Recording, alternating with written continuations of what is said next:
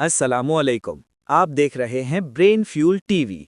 आज हम Pakistan penal code के सेक्शन 463 को पढ़ेंगे। Definition of forgery. Section 463 PPC बताता है कि फॉर्जरी क्या होती है।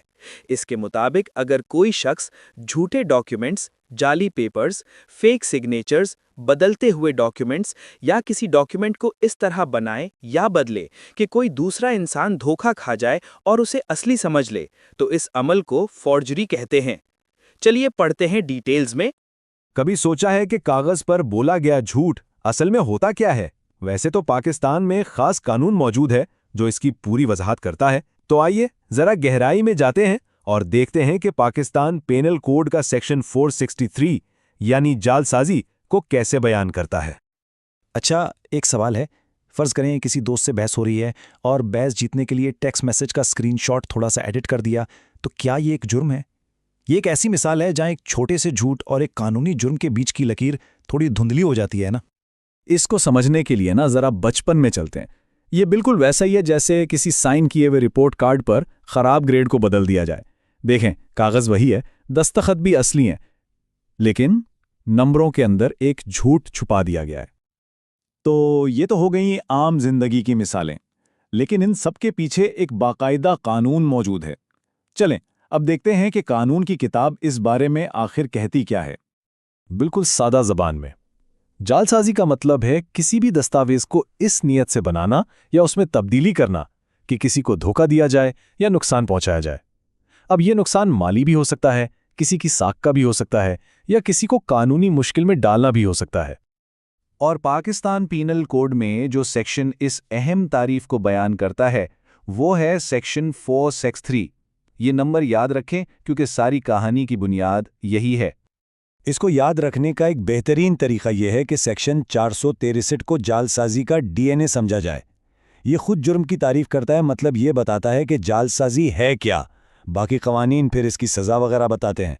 तो शुरुआत यहीं से होती है। ठीक है, तो कानून में तारीफ तो वाज़ा हो गई, लेकिन असल ज़िंदगी में ये कैसा नज़र आता है? आइए चेक से लेकर स्क्रीनशॉट्स तक इसकी कुछ हकीकी मिसालें देखते हैं। कामरान के केस को देखते हैं स्टेप बाय स्टेप। पहला कदम, एक असली 10,000 रुपये का चेक बनाया जाता है। दूसरा कदम, इस रकम को बड़ी सफाई से बदलकर 1 लाख रुपये कर दिया जाता है। और तीसरा कदम, इस बदले हुए चेक को कैश करा लिया जाता है। यहां देखें, चेक तो असली था, लेकिन इसमें धोखाधड़ी की नीयत से तब्दीली करना, यही सेक्शन 463 के तहत जालसाजी है। और इस कानून की सबसे दिलचस्प बात पता है क्या है? इसका दायरा कार ये कागज और पिक्सल दोनों पर लागू होता है।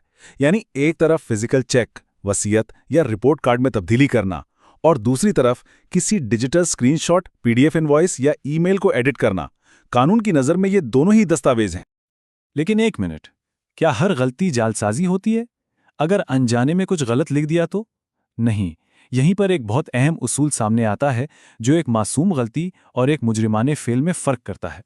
नीयत के इस कानूनी फ़र्क को समझना बहुत ज़रूरी है। देखें, एक तरफ है ईमानदाराना गलती, जैसे किसी फॉर्म पर गलती से गलत तारीख लिख दी, हो जाता है। दूसरी तरफ है मुजरिमाना धोखाधड़ी, यानी जानबूझकर अपने फ़ायदे के लिए किसी को फंसाने के लिए दस्तावेज में तब्दीली करना। कानून इन दोनों में ज़मीन आसमान का फ़र्क करता है। तो इस सारी गुफ्तगू का निचोड़ क्या है? आइए कुछ अहम तरीन नुकात को दोहराते हैं ताकि वो जहन में बैठ जाएं। इस सब को याद रखने का एक आसान तरीका है लफ्ज़ FORGE। F का मतलब है फॉल्स, यानी एक जाली दस्तावेज बनाई गई हो। O का मतलब है ओरिजिनल, यानी असली दस्तावेज में तब्दीली की गई हो। R यानी रियल, धोखा देने की असल नीयत हो। G का मतलब है गेन, यानी कोई फायदा हासिल करना या नुकसान पहुंचाना मकसूद हो। और E से एवरी फॉर्जरी स्टार्ट्स हियर। बस। और अगर इसे और भी आसान करना है तो बस ये सादा सा फॉर्मूला याद रखें। धोखा देने की नीयत जमा एक दस्तावेज बराबर है सेक्शन 463।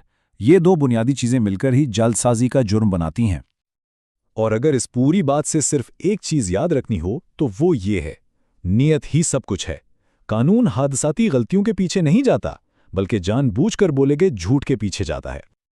और हां, ये बात नहीं भूलनी कि ये कानून सिर्फ पुराने जमाने के कागजों तक महदूद नहीं है। डिजिटल दुनिया में भी इसकी अहमियत बिल्कुल उतनी है।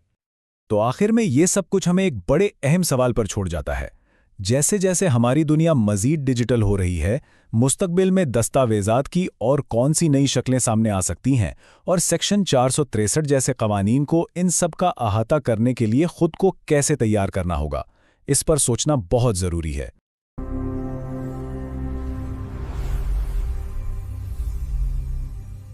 Thank you for watching Brain Fuel TV.